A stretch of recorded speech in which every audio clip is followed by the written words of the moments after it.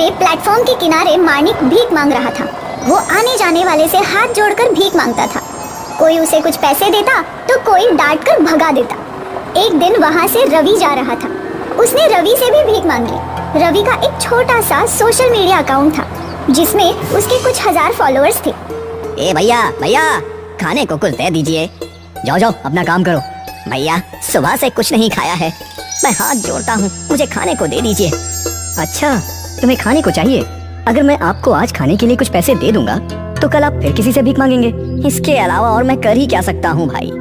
मैं तुम्हें एक रास्ता बताता हूँ, अगर उस पर चलोगे तो तुम्हें भीख मांगने की जरूरत नहीं पड़ेगी। हाँ भैया, मैं जरूर आपकी बात मानूंगा। बताइए मुझे क्या करना चाहिए? मेरे पास गन्ने की मशीन है, तुम मेरे साथ गन्ने का रस बेच सकते हो। हाँ भैया, ये काम तो अच्छा है, मैं आपके साथ काम करने के लिए तैयार हूँ। ठीक है, आज तुम जगह का इंतजाम करो, मैं कल गन्ने की मशीन और गन्ना लेकर आऊंगा। कल से ही हम अपना काम शुरू कर देंगे। मानिक को ये आइडिया पसंद आया। रवि चला गया। तब तक मानिक ने पीछे सारी तैयारियां कर ली। रवि ने एक छोटा वीडियो क्लिप अपने सोशल मीडिया पर डाल भी दिया, जिसे लोगों ने सराहा और सपोर्ट करने का विश्वास दिखाया। अगले दिन रवि ने गन्ने की मशीन और गन्ने लाकर रख दिए। मानिक ने भी सारा काम कर दिया। रवि की वजह से वहाँ पहले दिन से ही काफी ग्राहक आने शुरू हो गए और उनका काम अच्छा चलने लगा। भिखारी दिखने वाला मानिक अब नए और अच्छे कपड़ों में बैठकर गन्ने का रस बेचने लगा। रवि की सोशल मीडिया फॉलोअर्स की वजह से वहाँ एक लंबी लाइन लगती थी और सभी बहुत खुश होकर गन्ने का रस पीते और फिर रवि के साथ फोटो खींचकर अपलोड कर देते थे। मानिक, मुझे लगता है कि अब इस एक मशीन से काम नहीं चलेगा। हाँ भैया, भीड़ ही इतनी आ रही है कि सबको इंतजार कराना पड़ता है। हमको ये काम बढ़ाना होगा। हाँ, मैं कुछ और मशीनें मंगवा देता हूँ, साथ ही काम के कुछ लड़के भी रख लेना। हाँ ठीक है भैया, हम रख लेंगे। रवि ने नई मशीन मंगवाई और बैठने के लिए अच्छा अरेंजमेंट कर दिया। साथ ही काम करने के लिए 2 लड़के भी रख लिए। मैंने ये काम करवा दिया है। मैं कुछ समय के लिए शहर से बाहर जा रहा हूँ, तुम सारा काम अच्छे से संभाल लेना। बिल्कुल, फिक्र मत करो भैया, मैं सब संभाल लूंगा। तुम जानते हो मानिक कि मैं यहाँ तक कैसे पहुँचा? भैया आप तो महान हो। नहीं नहीं, ऐसा कुछ नहीं है, मैं कोई महान नहीं हूँ। भैया आप यहाँ तक कैसे पहुँचे? पहले भी मैं गन्ने का रस बेचता था, लेकिन मेरे हाथ में फोन आया और मैंने उसका सही उपयोग किया, जिसके बाद मैं इतना फेमस हो गया। फिर गन्ने का रस? हाँ, जब मैंने वीडियोस बनाने शुरू किए तो गन्ने का रस बेचने का समय ही नहीं मिलता था और मैंने ये बंद कर दिया। लेकिन अब मैं इसे चला नहीं पा रहा था, लेकिन अब तुम आ गए हो तो मेरा ये काम भी चल जाएगा। हाँ भैया, मैं इसे अच्छे से चलाऊंगा, पूरी ईमानदारी से इसे चलाऊंगा। आपका नाम ऐसे ही ऊंचा करके रखूंगा, आपके नाम से ही गन्ने का रस बिचेगा। अरे नहीं नहीं, तुम इस दुकान को अच्छे से चलाना, बाकी तो मैं संभाल लूंगा। मैं तुम्हें हर महीने तनख्वाह दूंगा। भैया आपने तो मुझे सड़क से उठाकर मेरी जिंदगी बदल दी।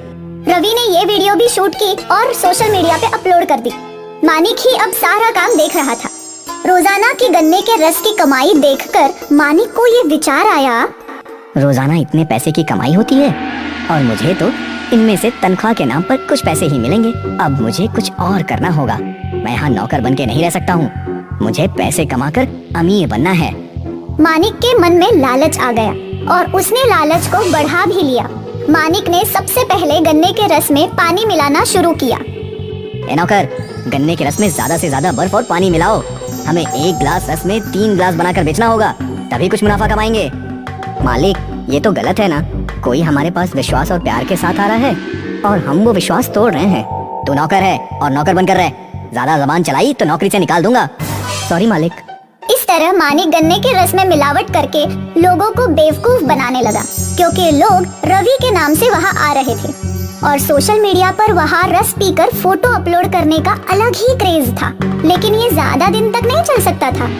एक दिन एक आदमी, अरे मानिक जी, आजकल गन्ने के रस में पहले जैसा स्वाद नहीं है, ये कैसे बदल दिया आपने? अब ये गन्ने मैं थोड़ी ना उगाता हूँ और ना ही मैं इसके अंदर चीनी घोल सकता हूँ। अरे भैया नाराज काहे हो? मुझे थोड़ा स्वाद अलग लगा तो मैंने बोल दिया। धीरे धीरे सभी इस बात को नोटिस करने लगे, लेकिन अभी भी लंबी लाइन वहाँ लगती थी। मानिक का लालच इतने से भी पूरा नहीं हुआ तो उसने दूसरा आइडिया सोचा और गन्ने के रस के दाम बढ़ा दिए। उसने नए दाम के नए बोर्ड लगवा दिए, जिसके बाद कुछ लोगों को ये अजीब लगा और उन्होंने आना कम कर दिया। लोग खुद कितने लालची और कंजूस हैं, थोड़े से दाम क्या बढ़ा दिए, लोग यहाँ आना छोड़ रहे हैं। अरे 5-10 रुपए से क्या ही फर्क पड़ता है। मानिक ने खुद को नहीं बदला, लेकिन ग्राहक आने कम हो गए। रवि भी शहर से लौट आया। रवि ने देखा कि वहाँ भीड़ बहुत कम है। वो यह देखकर हैरान हो गया। मानिक, आजकल ग्राहक नहीं आ रहे हैं, क्या बात है? पहले तो यहाँ लंबी लाइन हुआ करती थी। ग्राहकों की मर्जी, वो आए या ना आए, इसमें मेरी क्या गलती है? तुमने ये नए दाम क्यों बताए? इतना महंगा करने की क्या जरूरत थी? जब इतना ज्यादा पसंद कर रहे हैं तो मुझे लगा कि ज्यादा पैसे भी पसंद करेंगे। तुमने तो मेरा सारा व्यापार डुबा दिया। ये मेरा व्यापार है, मेरा काम है। तुम कौन होते हो मुझे कहने वाले या सिखाने वाले? मेरा जैसा मन करेगा मैं वैसा ही करूंगा। सारा सेटअप मैंने किया और तुम कह रहे हो कि ये तुम्हारा है? हाँ, ये मेरा ही है। इससे पहले मैं पुलिस को बुलाऊं, तुम यहाँ से चले जाओ। मैं सोशल मीडिया इन्फ्लुएंसर हूँ। मेरे फॉलोअर्स पहले ही दिन से मेरे सारे ब्लॉग्स देख रहे हैं, वो सब जानते हैं। रवि इस समय भी लाइव आया हुआ था। उसके फॉलोअर्स को बेईमान गन्ने वाले मानिक का सच पता चल गया। कुछ लोग आए और ये देखकर मानिक को पीटने लगे। मानिक वहाँ से जान बचाकर भागा।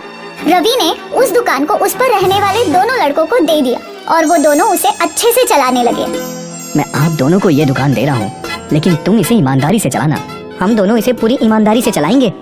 दोनों ने रवि को विश्वास दिलाया और पूरी ईमानदारी से दुकान चलाने लगे। रवि के सारे फॉलोअर्स दुकान पर वापस आने लगे। धीरे धीरे काम बढ़ गया और सब पहले जैसा हो गया। बेईमानी बर्बादी का रास्ता है, जबकि ईमानदारी की तरक्की से पैर जमीन पर रखकर भी आसमान छुआ जा सकता है।